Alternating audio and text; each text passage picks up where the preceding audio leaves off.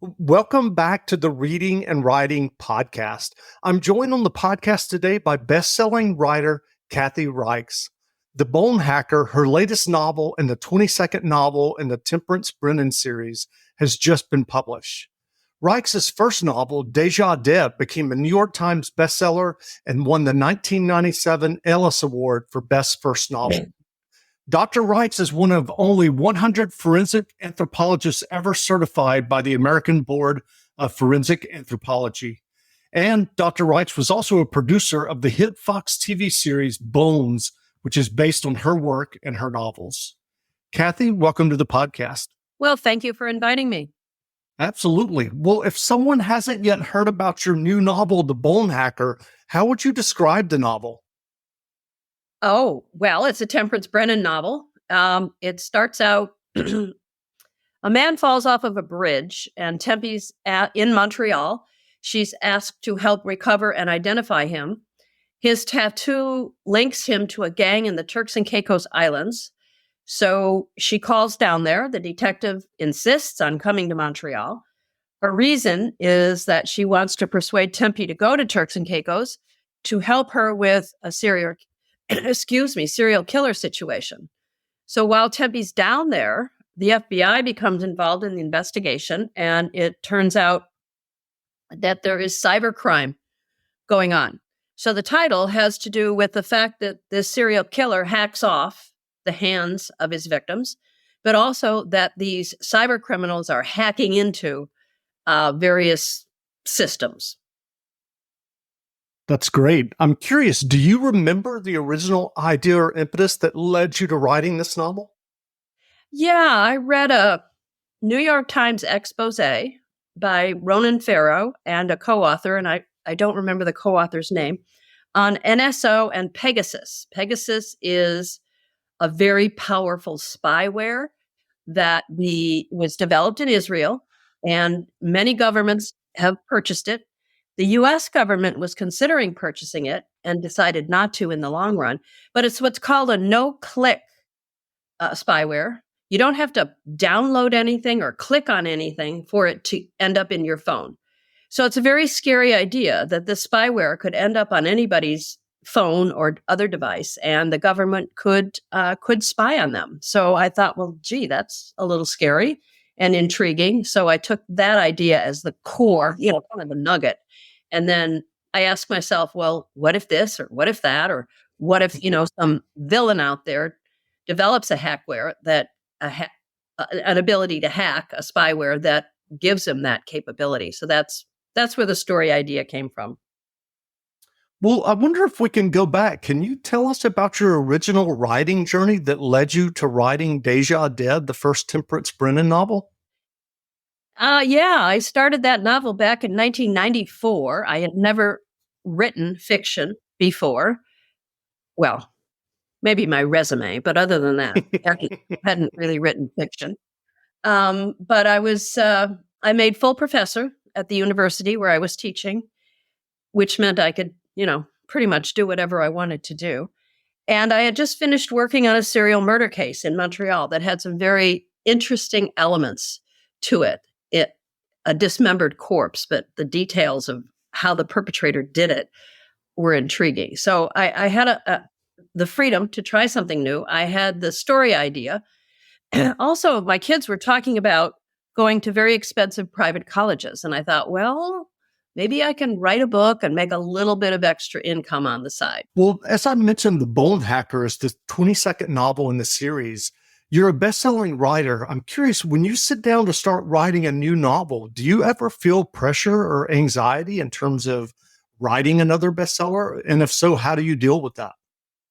Anxiety, no. Pressure, yes, because I'm on and have always been on a book a year contract. So I owe a manuscript to my publisher, every single year.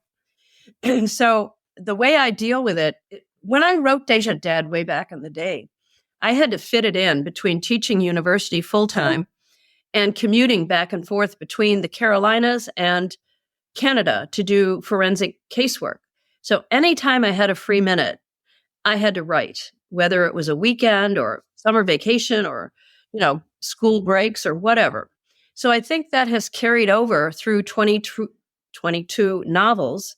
And I write every day as long as I'm home and free and not, committed to doing something else. So that I don't allow myself the freedom to say, I'm not in the mood or muses are not with me or whatever. I sit down and I produce something because you can't edit a blank page. You've got to produce something. Sure. Well, given your novels, are you constantly reading or researching forensic literature and journals for ideas for future novels? Yes, I read the American Journal of Forensic Sciences religiously. I meet every Wednesday night with 5 other forensic anthropology board certified forensic anthropology women. And we talk about, well, everything, but we talk about the field and different cases. And so I get lots of ideas from that. I also regularly attend the American Academy of Forensic Sciences meeting and interact with colleagues in all the different forensic areas, whether it's blood spatter pattern analysis or toxicology or forensic psychiatry or forensic engineering or whatever it happens to be. So I'm constantly on the lookout for ideas and new techniques in forensic science because my readers don't want to just read about bones and bones and more bones. So Hmm. book, I write murder mysteries. The difference is the solution is science driven. So in each book, I feature a different aspect of forensic science. Well, I'm curious. I mean, you talked about your book a year pace.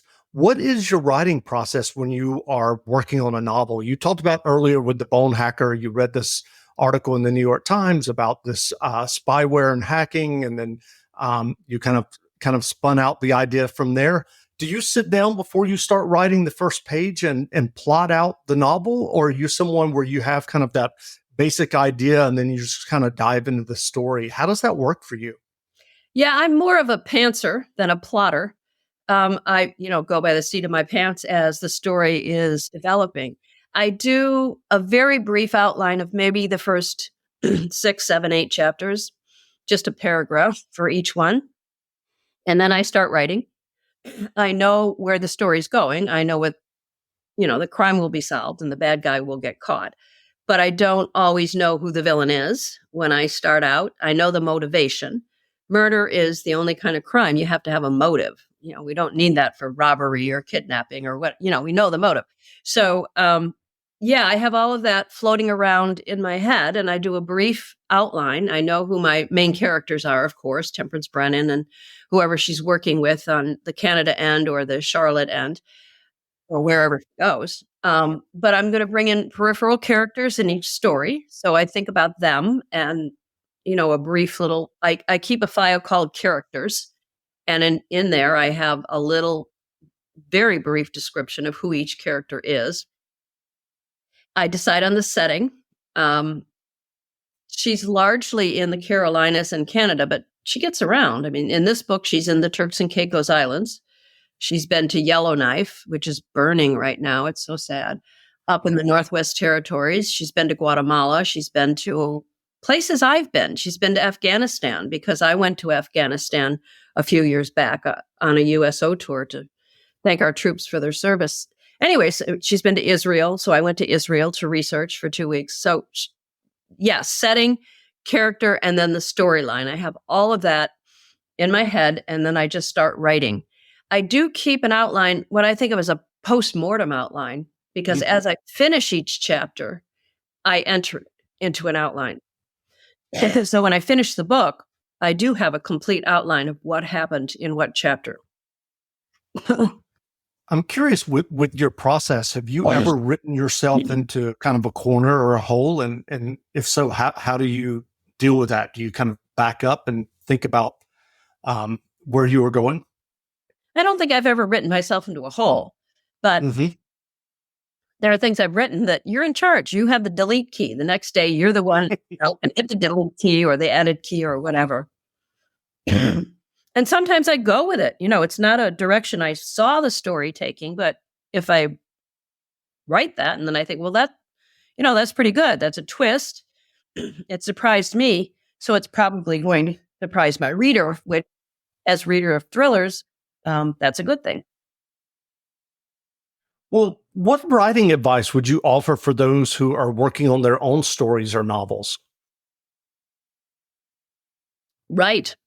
Whenever you have the opportunity, write, whether that's, excuse me, 1 hour a day or 1 hour a week or, every other weekend, sit down and produce something. Because if you don't write something, you can't.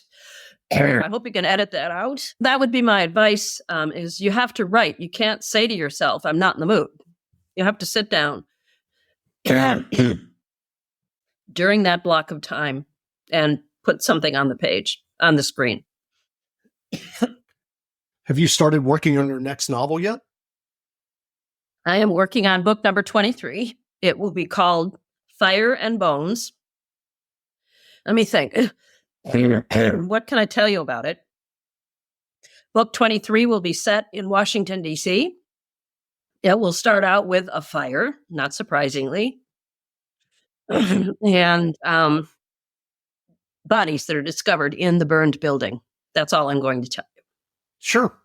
Well, what novels or nonfiction books have you read recently that you enjoyed? Sorry. I've just discovered an author named Lou Berney. I had not read any of his books. I read one and I ordered another one right away. So I'm enjoying his work. And I'm curious, just one second. What was the experience of seeing Bones on the TV screen for you? I had a great experience with the TV show. I'm not an author who's going to say they took my work and ruined it. I loved it. I thought Emily Deschanel did a fantastic job playing Temperance Brennan. It's different. I think of book Tempe and TV Tempe. TV is younger. She's working at the Jeffersonian in Washington, D.C. But I liked what they did with the show, and I liked the fact that book Tempe and TV Tempe are different. So I'm not impacted by TV Tempe when I'm creating a story involving book Tempe. Well, where can people find you online if they'd like to learn more about you and your Temperance Brennan novels? People can find me online everywhere. I'm on Facebook. I have a website, KathyReichs.com. I'm on Instagram, Twitter, wherever fine authors are found, that you'll find me there. That's great. Well, again, we've been speaking to best-selling writer Kathy Reichs. Her latest Temperance Brennan novel, The Bone Hacker, has just been published. The novel is available now, so go buy a copy. And Kathy, thanks for taking the time to do this interview. Thank you so much for inviting me. Wonderful.